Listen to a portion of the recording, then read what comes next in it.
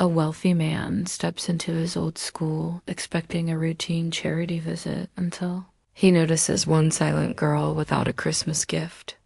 In that fragile moment, his past crashes into the present, uncovering the truth he spent a lifetime trying to forget and changing all three of their lives forever. Adrian Cole stepped out of the car and let the cold, December air press against his face. The school grounds looked smaller than he remembered, yet the sight stirred something in him he wasn't prepared to feel.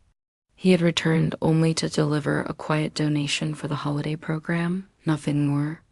But as he walked toward the entrance, he felt the familiar weight of old memories brushing against him like unwelcome shadows. He took a slow breath, telling himself this visit would be quick, simple, and purely practical. Inside, the hallway smelled of crayons and floor polish, exactly as it had when he was a boy.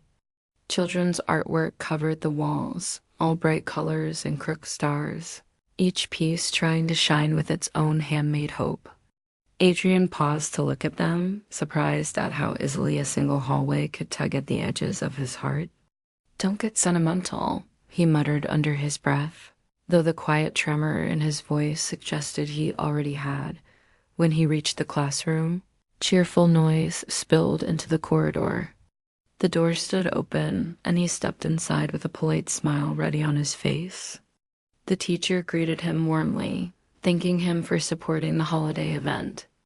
Adrian nodded, keeping his expression calm, almost distant, the way he always did during charity visits. But as he scanned the room, the smile slipped without warning. Most of the children held small wrapped gifts in their hands, laughing as they compared ribbons and colorful patterns. Yet at one corner table sat a girl with her hands folded neatly in her lap. Her posture was stiff, like she was trying to take up as little space as possible.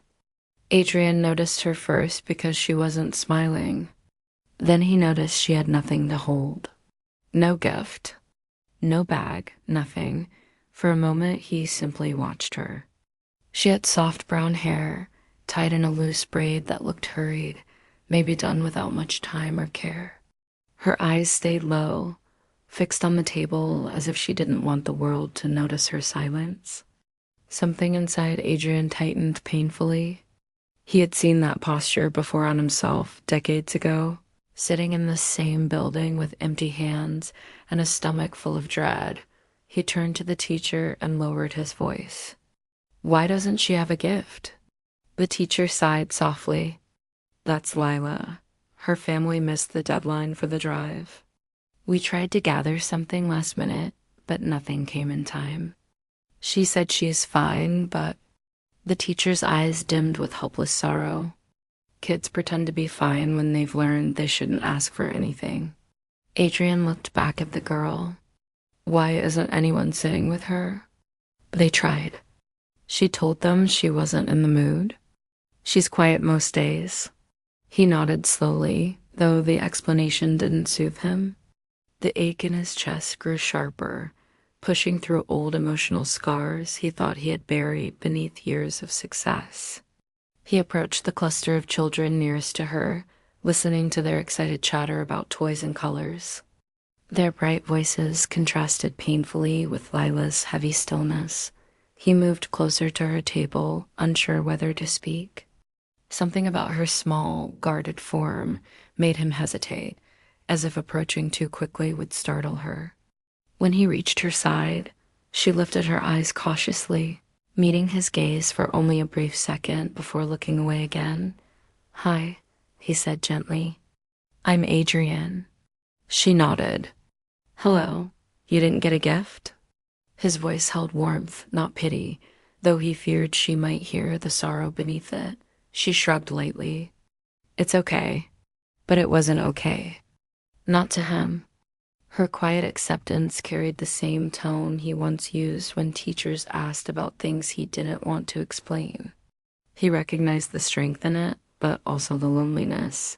"It must feel strange, though," he continued softly. "Everyone else opening something while you sit here with nothing." Her eyes flickered. "I'm used to it." The honesty of that small sentence hit him harder than he expected. He sat down across from her, ignoring the curious looks from nearby students. You shouldn't have to be used to it. Lila didn't answer. Instead, she studied his face with cautious curiosity.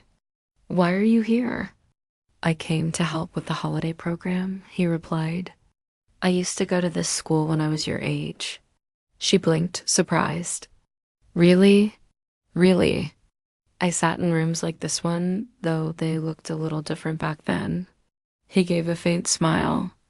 And I remember a Christmas when everyone had something except me. Her posture shifted slightly. Did you feel bad? He swallowed. Yes, I pretended I didn't, but yes. Lila's voice lowered to a whisper. I'm not supposed to feel bad. Says who?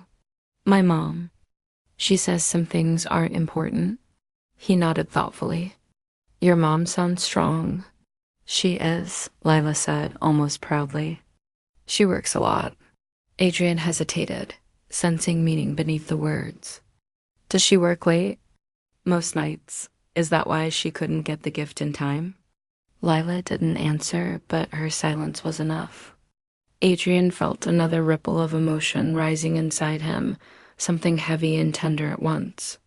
You know, he said softly, gifts don't decide your worth. She looked up again. Then why does it hurt? The question pierced straight through him. He breathed slowly, steadying himself before responding. Because wanting something small, something everyone else has, doesn't make you weak. It makes you human. Lila studied him quietly. Do you think it'll be different next year? I think things can change, Adrian said, though he wasn't sure if he meant next year or right now.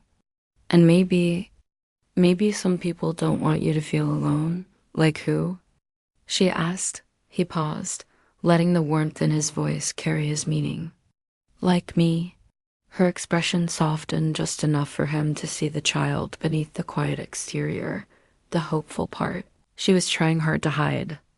In that moment, Adrian realized his visit would not be simple or quick. Something had shifted, something important. And as he looked at Lila's small, fragile courage, he understood he wasn't only seeing her past. He was seeing his own. Adrian left the classroom with a knot forming in his stomach. The sound of children laughing behind him mixed with the quiet image of Lila sitting alone, creating an ache that followed him down the hallway. He tried to reason with himself. He had donated money. He had done his part. But as he reached the exit, he stopped walking. Something inside him refused to let him leave. He turned back and found the teacher, tidying ribbons and scraps of wrapping paper. She looked up with a kind but tired smile. Is everything all right, Mr. Cole? I'd like to know more about Lila, he said. The teacher hesitated.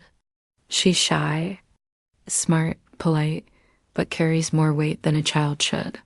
What kind of weight? Life weight, she answered softly. Her mom is doing the best she can, but things have been hard. They moved recently, very suddenly. Adrian nodded. I'd like to speak with her mother. If that's possible, I can call her, the teacher replied. But she may not want help. She's proud. He smiled faintly. So was mine. A short while later, he waited near the school office as footsteps approached the door. Nora, Lila's mother, walked in with a weary grace, clutching her coat around her. Her eyes were restless, exhausted in a way that made Adrian feel something twist inside him. She looked too young to carry so much struggle, yet too worn to pretend otherwise. The teacher introduced them quietly before slipping out. Nora shifted nervously. Lila didn't do anything wrong, I hope. No, Adrian said gently. She said wonderful things about you. Nora exhaled, relieved. She tries hard. Harder than she should. Adrian paused before speaking again. I noticed she didn't have a gift today. Her shoulders stiffened. I know, I wanted to get something, but things got complicated. She looked down briefly. I don't want charity. It isn't charity, he said. It's concern. Concern becomes doubt, Nora replied quietly. He admired her honesty, even if it came wrapped in fear. I understand, he said. I grew up with a mother who felt the same. She looked at him more closely. You didn't grow up wealthy? No, his voice softened. We were barely getting by. Some years. Not even that. Nora's eyes searched his face, trying to decide whether she could trust him. We're between places, she admitted after a long silence. We're staying at a shelter for now. I didn't want Lila to feel embarrassed, so I told her to keep it quiet. She seems to protect you, Adrian said. She shouldn't have to. Nora rubbed her forehead. But life doesn't always give you choices. Adrian felt a familiar heaviness settle over him. I'm not here to judge you, he said. I just want to help. With what? She asked, defensive but fragile. Money, rent, food. With whatever makes things easier, he replied. Nora shook her head. People don't help unless they want something back. I don't want anything, Adrian said quietly. Not even gratitude. I just don't want Lila to feel the way I once did. Her expression soft despite her attempt to stay guarded. She liked talking to you, she said. She told me you understood. I try, he said. Nora's eyes glistened, though she blinked the emotion away. Do you have children? No, he answered. I never made space for that part of life. Then why her? Nora asked at Adrian's side. Because I saw myself when I looked at her, and because no child deserves to feel forgotten. The room fell silent for a moment before Nora whispered, I'm tired, Mr. Cole. You look like you carry too much alone. I do, she confessed. But I don't know another way. He spoke with gentle certainty. Let me help you find one. She hesitated, torn between survival and pride. I don't want Lila to think we're weak. Accepting help isn't weakness, he said. It's survival. And she deserves a childhood that doesn't require constant courage. Nora's composure cracked slightly. What are you offering? Stability, Adrian said. My foundation assists families in difficult transitions. Your housing, utilities, and groceries could be covered until you're steady. That sounds like more than assistance, Nora whispered.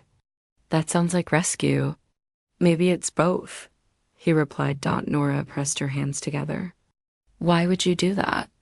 Because someone should have done it for me, he said quietly. And because helping you might help the boy I used to be. Her eyes filled, though she looked away to hide it. I don't want to owe you. You won't, Adrian assured her. Everything will be handled anonymously through the program. You'll never have to answer to me. She breathed shakily. Lila would be thrilled to have a real home again. That's what I want, he said. For her to have space to breathe.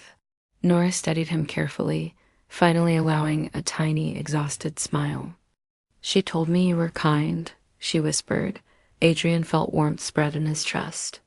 She's a remarkable kid, Nora nodded. She is. Too remarkable for the life she's had. He leaned back slightly. Let me lighten that life. She inhaled slowly, gathering courage.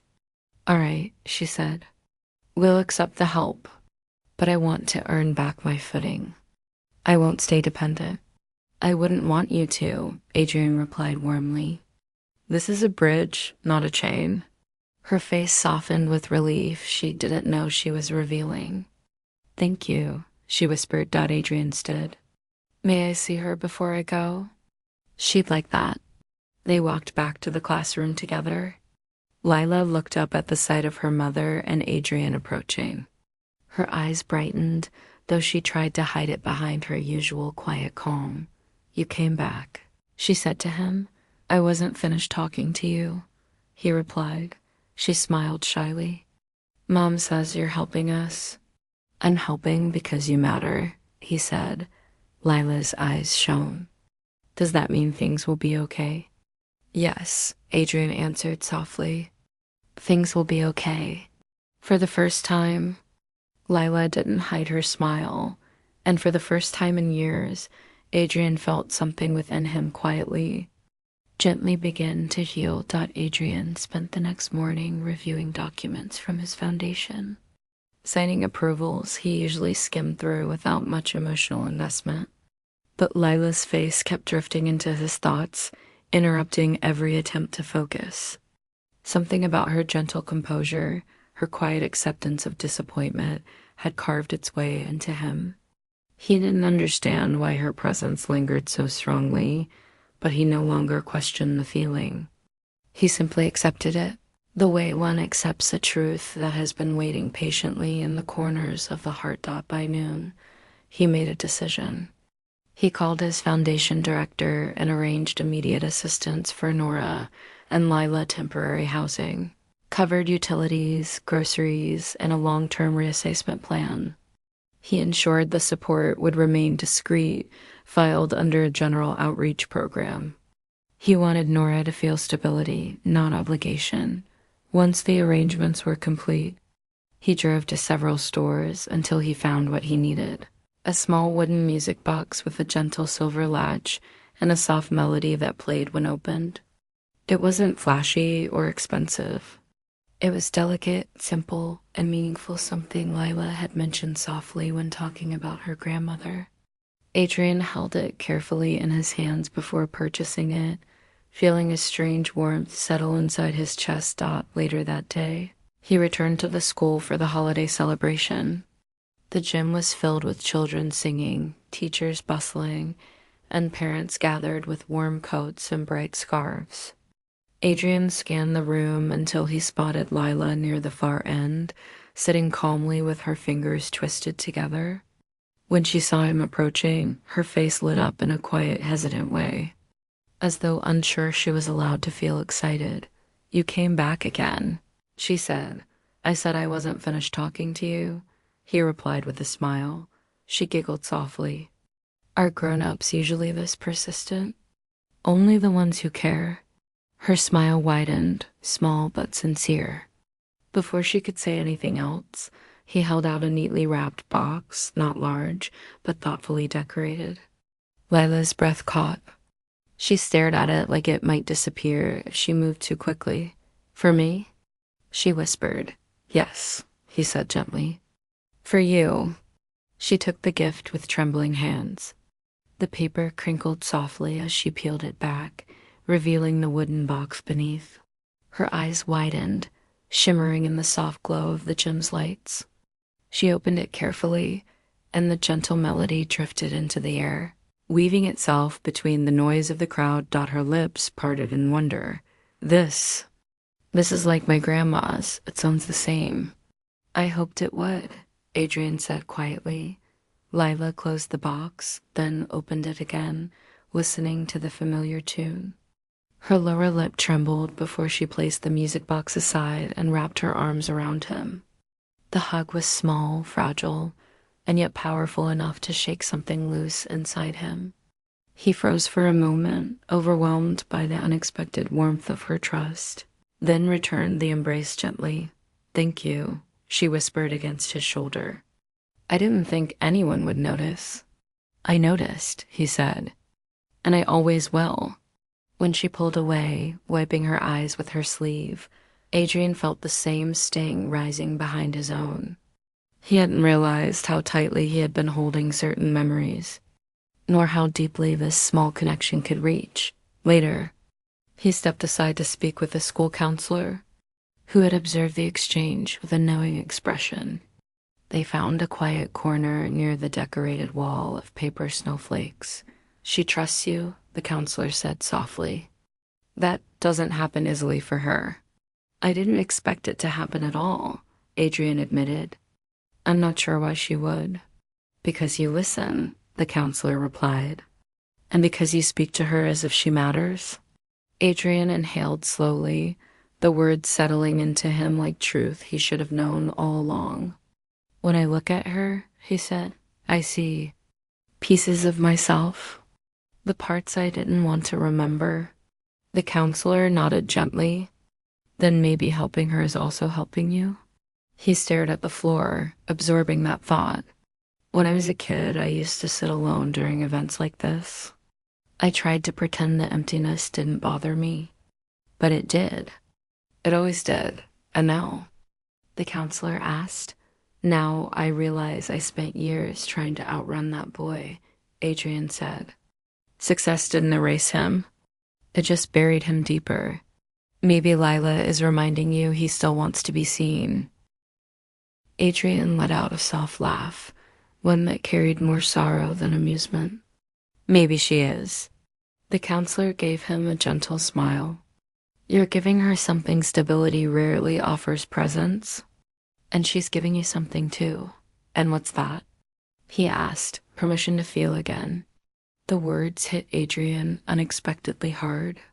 He swallowed, a tightness forming in his throat. I thought I stopped feeling a long time ago. You didn't stop, the counselor said. You just learned to silence it. Adrian looked out at the room, watching Lila cradle her music box like something precious. She deserves more than silence, he whispered. She does, the counselor agreed. And so do you. For a long moment, Adrian simply stood there, allowing the truth to settle, warm and heavy, somewhere deep inside him. He felt the weight of years shifting, loosening, slowly opening space for something softer. Eventually, he returned to Lila, who ran up with a shy beam. Look, she said, holding up a handmade ornament. I made it in class. It's beautiful, he said. Just like your music box. She nodded proudly. Now I have something special to remember today. And I have something to remember too, Adrian said. What is it? She asked. That sometimes, he answered, the smallest person can make the biggest difference. Lila grinned, then placed the ornament gently in his hand. Then keep this, so you don't forget. He closed his fingers around it, feeling the fragile weight of her trust. For the first time in many years, Adrian felt something inside him begin to heal, not through wealth, not through success, but through the simple, breathtaking generosity of being needed. Christmas Eve arrived with a gentle hush. The world outside painted in white snow in quiet anticipation. Adrian parked his car a little distance from the small apartment building where Nora and Lila now lived. The faint smell of pine and wood smoke in the air. He carried a small bag of simple decorations, a basket of food, and his own nervous hope, unsure what this evening might bring. It was the first time he had entered a home that didn't belong to him, yet it felt necessary. Something inside urged him forward, a quiet insistence that this night should be different, not just for Lila, but for himself as well. He knocked softly. The door opened and Nora appeared, her eyes wide with cautious gratitude. Merry Christmas, Mr. Cole, she said, her voice a mixture of relief and surprise. Merry Christmas, he replied, smiling. May I come in? The apartment was modest but warm, furnished simply with careful attention. Lila's small tree stood in the corner, decorated with handmade ornaments. The room smelled faintly of bread and cinnamon. Lila ran forward, her cheeks flushed with excitement. You came, she exclaimed, throwing her arms around him. Adrian hugged her gently, careful not to overwhelm her. Of course, he said. I wouldn't miss this. They spent the next hour arranging decorations and preparing a small meal. Lila insisted on showing Adrian where she hung the ornament she had made for him at school. He smiled, placing it carefully in a spot where it would catch the light. It's perfect, he said. I'll treasure it. As the evening grew darker, the quiet hum of the city outside seemed to amplify the warmth inside the apartment. Lila spoke softly about her day at school, the music box, and her hopes for the coming year. Adrian listened attentively, leaning back in a chair, absorbing the gentle honesty in her voice. He realized he had forgotten what it felt like to be fully present for someone else, to listen without distraction, without agenda. Nora approached him as he unpacked the basket. I don't know how to thank you, she said, her voice thick with emotion. You've changed our lives. You don't need to thank me, Adrian replied. You've done the hard part yourself. You just needed a bridge. She looked at him steadily. A bridge. That's what you are. He nodded, feeling the truth of her words. Maybe we're all just building bridges, trying to connect with someone we've lost or forgotten. Nora studied him, sensing layers of meaning she couldn't yet name. You've given Lila so much, she said. More than I could have imagined. And she's given me something, Adrian admitted. She's reminded me there's more to life than what I've been chasing. Lila tugged gently at his sleeve. Show me your favorite decoration, she whispered. He followed her to the small tree. She pointed to a silver star perched at the top. This one, she said. It shines the brightest. He crouched down to her level. Not because it's the biggest or fanciest, but because it's where everyone can see it. He smiled. Just like you. Her eyes sparkled with quiet pride. Really? Yes, he said. Really? After dinner, they sat near the window, watching snowflakes drift past the streetlights. Lila leaned against Nora, exhausted but content. Adrian reflected on the journey that had brought them here, the first visit to the school, the hesitant conversations, the music box. Every step had been fragile and uncertain, yet somehow it had led to this warmth, this rare and quiet peace. He realized that for the first time in years, he could feel Christmas not as a reminder of absence, but as a beginning. Lila looked up at him, holding the ornament tightly. Do you want to hang this now? She asked. I would love that, he replied. She climbed onto a small chair, carefully placing the ornament on a branch where it caught the soft glow of string lights. It shimmered like a small promise, delicate yet enduring. Adrian's chest tightened, emotion rising to his throat. The gesture, simple and earnest, struck him in a way no wealth, no success could ever reach.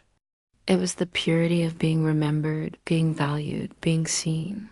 Thank you, he whispered, more to himself than anyone else. Thank you for letting me be part of this. Nora reached over, placing a hand on his shoulder. You've given more than just things. You've given hope, presence, and trust. He nodded, swallowing hard. And I've received more than I could have imagined. From both of you. The room grew quiet, save for the faint ticking of a small clock on the wall. Lila's eyes fluttered closed, her breathing slowing as sleep claimed her. Adrian and Nora exchanged a look, one of mutual understanding. Both had witnessed the fragility and strength of this little family. They were tied together now, not by obligation, but by human connection. That connection, Adrian realized, was the gift he had been missing all his life. Before leaving, Lila stirred and held out the ornament she had made him at school. Here, she said softly, so you don't forget me. Adrian took it, feeling its light weight in his hand. He knelt down and met her gaze. I could never forget you, he said. Not now, not ever. Her lips curved into a small, sleepy smile, and she snuggled back against Nora. Adrian stood, taking a deep breath. The night outside was quiet, the snow reflecting soft light from nearby lamps. He felt an unfamiliar warmth in his chest, a sense of purpose and connection he had long denied himself. Walking back to his car, he reflected on the year he had lived so detached, so distant from the very emotions that made life meaningful. He realized that wealth could provide comfort, but it could not replace the simple truth of human care, the fragile, powerful grace of being needed and of giving back. Lila and Nora had reminded him that real gifts were never wrapped. They were moments, trust, love, and courage shared without expectation. Adrian paused, looking back at the building once more. He felt tears press behind his eyes, not of sorrow, but of release. He whispered a quiet promise to himself, to nurture the parts of life that truly mattered, to remain present for others as he wished someone had been for him. For the first time, Christmas felt like something more than memory. It felt like a beginning, Driving home, Adrian held the small ornament in his hand, its gentle weight anchoring him to the evening, to the warmth he had witnessed. He understood now that the gifts he had chased for years, status, money, recognition, were hollow without connection. What he had found tonight in a small apartment with a little girl and her mother was infinitely more valuable. As he turned onto the quiet street, he smiled softly. A child's laughter, a mother's sigh, the glint of a handmade ornament, they would remain with him always. And for the first time, he felt the deep, lasting peace of a heart that had been touched and had touched back.